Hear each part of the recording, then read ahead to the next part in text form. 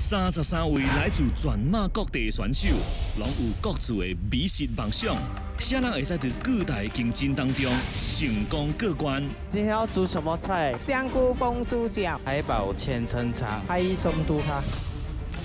那味道不错，做得很好。把福建菜加入时尚的元素，我很喜欢。唯一遗憾的呢，你用的这个汤呢不够高档，那个味道不入味，增加那个咸味和鲜味，那会更好。谁人会成为我人的这个欢喜求生的十匹强呢？陈正次、周成贵、李玉斌、沈慧玲，今日就是咱的欢喜求生的十匹强啦！